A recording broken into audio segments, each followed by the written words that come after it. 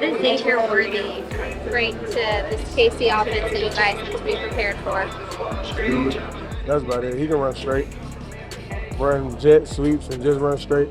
He can't do too much else, so that's about it. Feel like you put your hands on him. He's only 100-something pounds, so if you put hands on him, you'll stop the speed. So basically, get hands on him. Huh? What is up, Chiefs Kingdom? Happy Thursday. I'm Hayley Lewis, and this is Chiefs News Daily. The Bengals are saying silly things about the Chiefs leading up to Sunday's game. What's new? KC gets more bulletin board material via Cincy, and the Bengals continue to jump into the headlines only by way of keeping the Chiefs in their mouth. I digress. More importantly, we're going to check in with Kansas City's coordinators as well as Stone Cold Jones, and we're also going to bring you a few trending tweets like Tom Brady ranking the Chiefs as number 1. The irony. All right, first give us a like and subscribe right here on the KCSN YouTube channel, and we will get into it.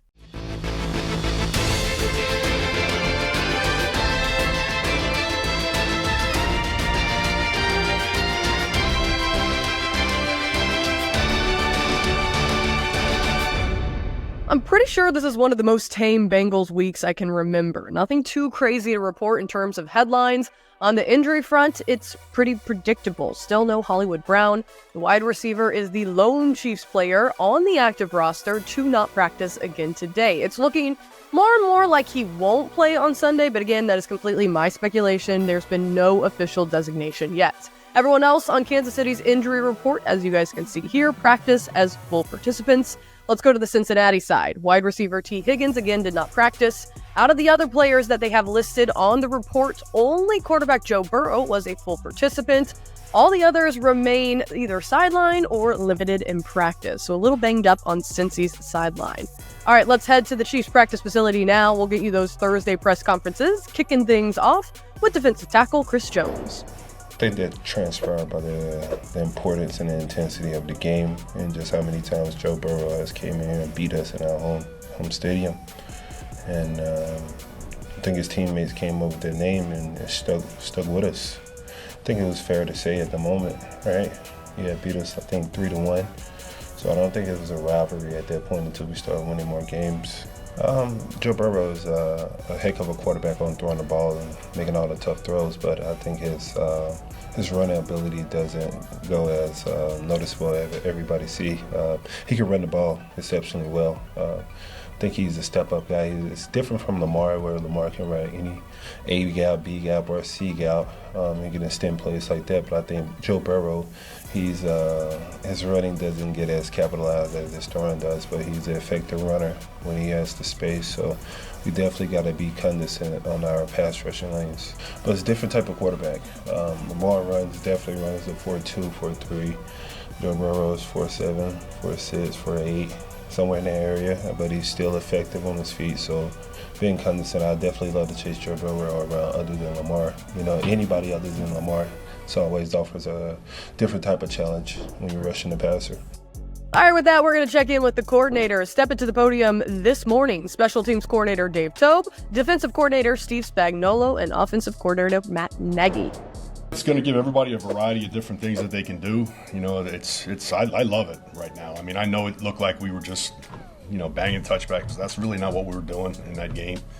Every game, every week will be different depending on who we're playing and how much we respect the return team. I mean, how much we see scheme-wise, where they're lining up, how we can attack them.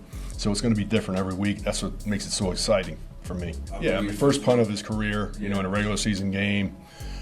We had 3 punts, 2 of them went touchbacks. Those are the ones he's got to get better with his touch. I like the hang time. That was important. That was good. The good thing was his third punt was his best punt. We had the 4.94 hang time. We had a chance to get him inside the 10, and then Nazi makes a great play at gunner. It was good to see him come back off of his injury. But overall, I was pleased with overall performance last week. We've got a tough one this week against Cincinnati. They're very good. I'm not buying it. I'm not buying it. He looks pretty good to me. I've got a great deal of respect for this quarterback. The wide out, the whole offense, the coaches, the way they run their program. It's always been a tough out for us last year. I mean, in any year. And last year, even though Joe didn't play, I mean, I thought the backup Browning was really good. I mean, I just think they do a good job They attack us a certain way, and it makes it really challenging. And we got to be on point. We certainly have to be better as a defense than we were last week, in my opinion. You know, he's not. Listen, I mean, he'd probably tell you he's not Lamar Jackson. It's not, but he's a lot better at evading a rush than I think people give him credit for. He's sneaky quick.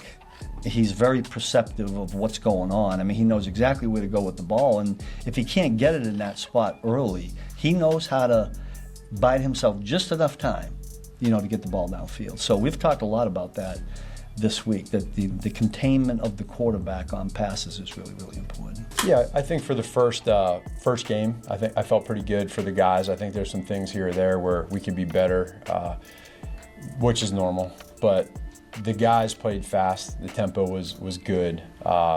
The accountability on what they're doing within the plays. I mean, for some of the guys, like we talked about heading into that game, it was going to be their first time. I thought they handled it well and kept the emotions, and I didn't think the game seemed too big for the young guys. Well, he does a lot of different things really well. Great disguises, not a lot of tendencies. And I just think that's proven to who he is as a defensive coordinator his whole career. There's been some phenomenal matchups that we've had with him. And he's got players that you can tell play fast and they know what they're doing. So you put that combination together, and I just have a lot of respect for him, and he does a lot of great things. All right, we've heard from the Chiefs. Let's check in with the Bengals. This is the clip you heard off the top. It has now gone viral. Cincy cornerback Cam Taylor-Britt shared his thoughts on Xavier Worthy, and well, let's just say they were less than enthusiastic. What does Xavier Worthy bring to this KC offense that you guys need to be prepared for? Speed. That's about it. He can run straight. Run jet sweeps and just run straight. He can't do too much else, so that's about it.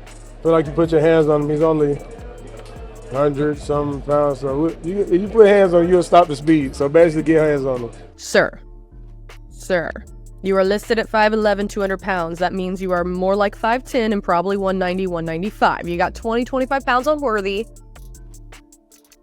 Okay, sure, you had a good game. Week 1 against the Pats.